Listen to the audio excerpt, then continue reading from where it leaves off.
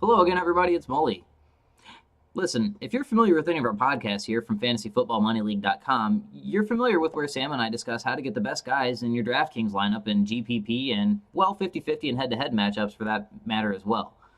I decided, being the dedicated guy that I am, that that's just simply not enough, so I've decided to dig a little bit deeper each week for you, and, well, you can't get much deeper than the dumpster, so I'm going to do a little dumpster diving. That's right, folks. Every week, I'm going to do a DraftKings dumpster dive. Find some guys that are low-priced, value-priced players that you can get in your lineup, save you some cap space, and hopefully put you atop the leaderboard when it's all said and done. So, without further ado, let's dive right in. Let's see, what do we got first here? We got a running back. We got Chris Ivory. All right, Chris Ivory. He's $3,100 this week, and I think that's a steal. I mean, there's really no offense other than Chris Ivory in the running game. Gino's been really ineffective. They have had flashes, but he's also turned the ball over a lot. So I think that's led to them relying on Ivory more. And you've also got Chris Johnson, who just hasn't looked like his old self. So, it's not CJ2K or CJ1K for that matter anymore. He's just plain old Chris Johnson. Chris Ivory's the guy you want to own there if it's in a season-long league. And this week, I think that's a great matchup for our weekly leagues as well. 21st ranked defense against running backs and the Chargers. Again, they're going to have to run the ball to be effective. You don't want to turn the ball over. And Ivory hasn't scored less than 12 points this year. So, all those factors combined, that's a steal at $3,100. All right, next up, let's see. Oh, I got you a wide receiver. Looks like we got Terrence Williams right here.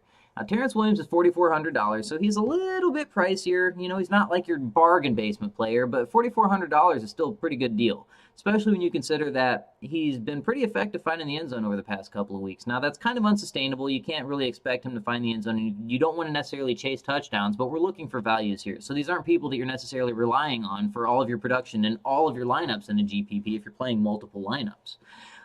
They're going up against Houston. Houston is 21st, giving up the 21st most points to opposing wide receivers. And they're playing in Dallas. We all saw how effective they were in Dallas last week when they dismantled the Saints. So, I think that you're still going to see a lot of DeMarco Murray. The Cowboys are the run-heaviest team in the league right now. But, again, he's a cheap player, and he's a guy that you can get in your lineup, save you some money, and I think he's a bit contrarian as well. Another guy I like here, and this is somebody that we've talked about a bit, so I won't go into great detail, but if you watch our other podcasts, you can hear more information about him. But Louis Murphy Jr. for Tampa Bay. Check him out. He's $3,000. All right. Banana peel.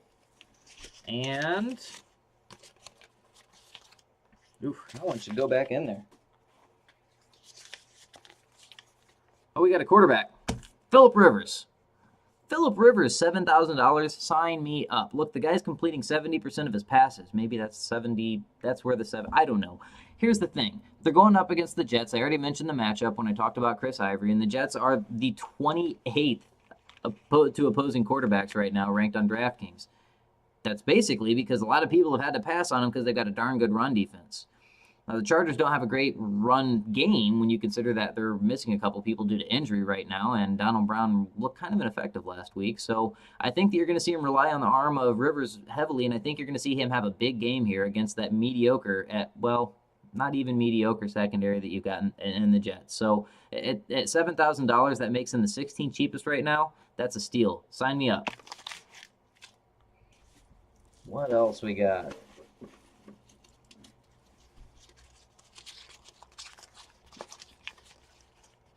Oh, we got a tight end. Owen Daniels.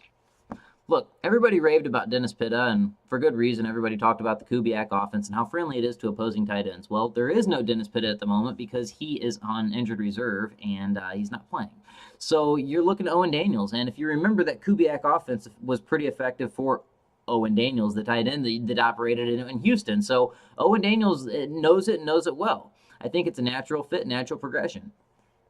The Colts are who they're facing off with this week, and even though I love my Colts, I just don't feel confident that they've been burned.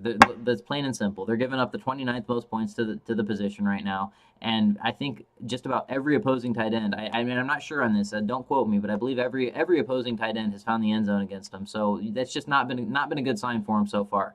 Listen, $3,300 for Owen Daniels this week. That's a steal, and with the Colts not being able to defend well against him and having just lost LaRon Landry, that might be a little more tumultuous in the Colts defense than usual. What should be it should be a high scoring game because of the high over under. I think that all bodes well for Daniels.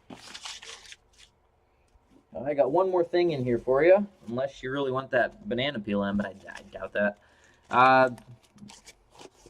Like I said, this one probably should have went back in there and stayed in there, but it's the Browns. Okay, look, the Browns defense isn't all that bad, and they're facing off against Tennessee, and Tennessee just hasn't been all that good. The Browns are $2,700 this week, and for that price, I think that that's a great deal when you consider how bad the Titans have looked on offense. Now, part of that was attributed last week to Whitehurst playing instead of Locker and, just being ineffective in the first half, and then the second half, he was a little more effective, but it was too far gone by then. But this week, they're going to have Locker back. You look back to what they did the week prior to him going out, though, in Dallas, and he was bad with them as well. So I think all of those things bode well for the Browns' defense, and I think that secondary, Joe Hayden, can turn the ball over and possibly make some plays that can get you some big points come game day. Another team that I like here as well is the Chargers. Already mentioned it. Geno Smith, the human turnover. They're a little bit more expensive, which is why they didn't make the list, but honorable mention for the Chargers. So that's it for you this week. I've got nothing else to say other than good luck this week. Check us out each and every week at fantasyfootballmoneyleague.com. And if you have any questions between now and game day, you can always reach out to me. I'm at Fantasy Rambler on Twitter. And, of course, you can find the whole staff at FF Money League on Twitter as well. I'll sometimes occasionally troll and answer your questions there. So check us out on Facebook. Come by the site and, let us know how you do. Hopefully you're taking down the top spot. Well, second or third spot because I'd like to be atop the leaderboards. Good luck.